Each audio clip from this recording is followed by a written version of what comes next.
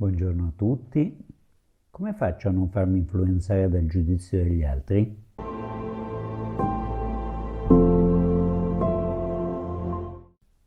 Ho già detto in altri video che come faccio non è sempre la domanda giusta. La prima domanda non è come faccio, ma che cos'è? Allora, in questo caso è molto importante capire di cosa stiamo parlando, quindi osservare bene di che cosa si tratta, sia per quel che riguarda il farsi influenzare che per quel che riguarda il giudizio, perché noi siamo influenzati continuamente da qualsiasi cosa, non solo dagli influencer, scusate la battuta, siamo influenzati continuamente da qualsiasi cosa. Quando tu ti stai preparando per andare in discoteca, sai benissimo che c'è un abbigliamento da discoteca e questa cosa ti influenza nella scelta dell'abito, ma peraltro non puoi andare in discoteca senza l'abito giusto, come non puoi andare al matrimonio senza l'abito giusto, e per l'amor del cielo. In qualsiasi ambiente c'è qualcosa che è più adeguato di qualcosa d'altro e che riguarda l'influenza che questo ha su di te. L'ambiente che tu devi frequentare, le persone che devi frequentare, influenzano indirettamente il tuo modo di pensare a come presentarti. Allora tu ti fai influenzare dal modo in cui presentarti, ma non è sbagliata questa cosa, è giusta, sai. Se vai a un colloquio di lavoro vestita come se dovessi andare in discoteca, è difficile che ti prendano. C'è una cosa giusta per ogni situazione e tu sei influenzato da questo, ma è bene che tu sia influenzato. Poi c'è anche l'influenza negativa, cioè quello di cui stiamo parlando, ma dobbiamo sapere che comunque l'ambiente intorno a noi ci influenza. Parliamo del giudizio. Che cos'è un giudizio? Il giudizio può essere due cose, quindi attenzione perché dobbiamo capire di cosa stiamo parlando. Il giudizio può essere un ragionamento, diventi o non diventi delle parole, ma un ragionamento che di solito è una deduzione, se questo allora quello, oppure può essere un'esperienza. Vediamo meglio. Il ragionamento, primo. Spesso noi giudichiamo da quello che vediamo, deducendo quello che pensiamo.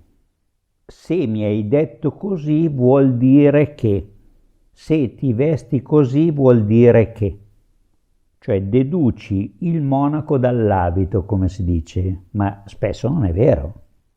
Ma noi spesso quindi diamo dei giudizi su un'apparenza.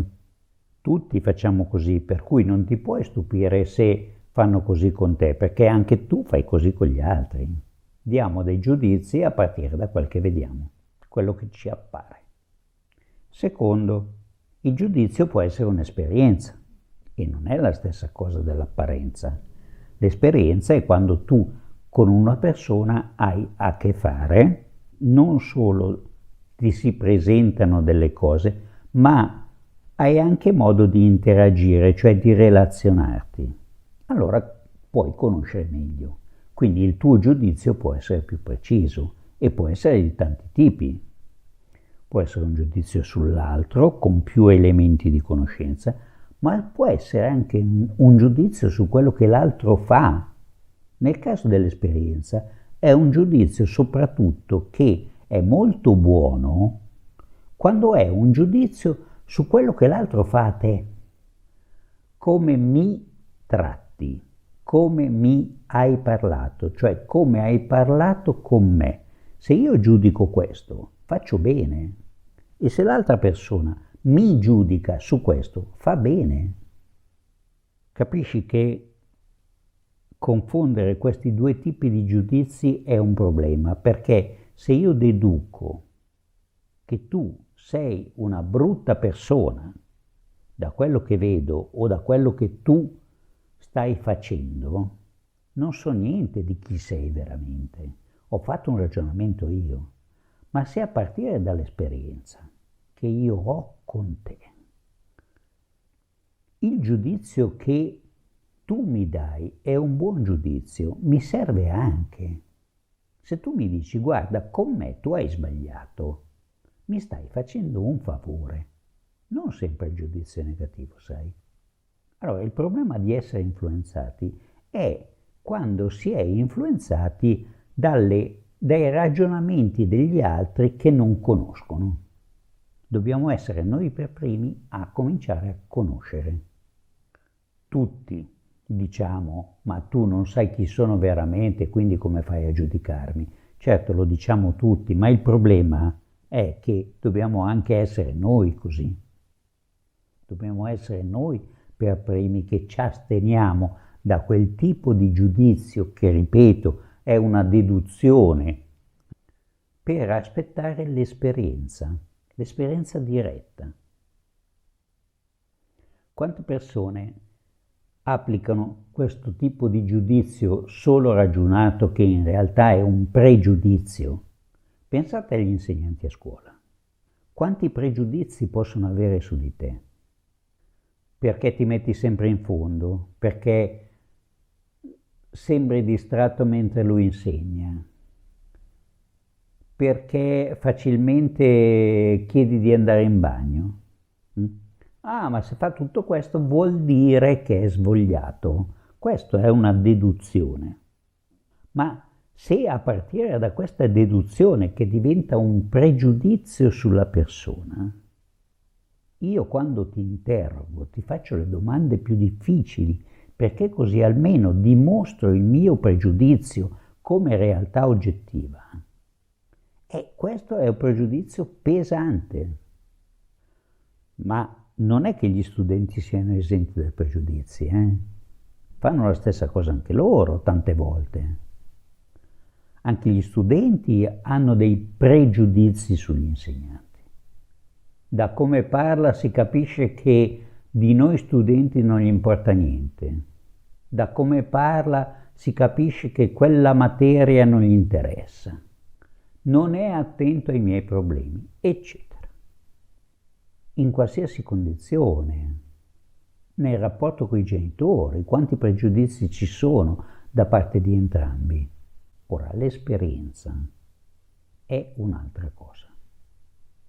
L'esperienza è quando io mi rapporto con te e da questo deduco delle cose. Quello che mi fai, che fai a me, mi piace o non mi piace? Quello che mi dai, mi piace o non mi piace? Questo tipo di giudizio è necessario, ti orienta. Guarda, mi hai fatto questa cosa che non mi è piaciuta. Benissimo, se l'altro è intelligente e vuole relazionarsi con te, la prossima volta non lo farà più. Quindi influenzano l'altro, capisci? Cioè, bisogna essere liberi nel rapporto, a partire da questo che il giudizio diventa importante, perché è un giudizio su quello che accade tra noi due, è un giudizio sull'esperienza. Quindi da questo possiamo tranquillamente farci influenzare. In questo caso la parola giusta è orientare. Per capire, orientarmi con l'altro, ho bisogno che l'altro mi dia delle risposte. Cosa gli piace e cosa non gli piace. Per trattare bene la tua fidanzata devi sapere se gli piace il mare o la montagna, perché se la porti al mare, invece lei è un'appassionata di montagna, non hai agito correttamente perché non sai cosa piace all'altro. Quando lei ti dice cosa gli piace, sta dandoti un giudizio. Mi piace il mare, mi piace la montagna. Mi piace la musica classica, mi piace il rap o il trap o quello che vuoi tu. Questo è un giudizio che è molto importante conoscere, perché ti orienta nel rapporto. Cominciamo a sfruttare queste osservazioni e informazioni, poi passeremo al come faccio, ma successivamente. Pensaci.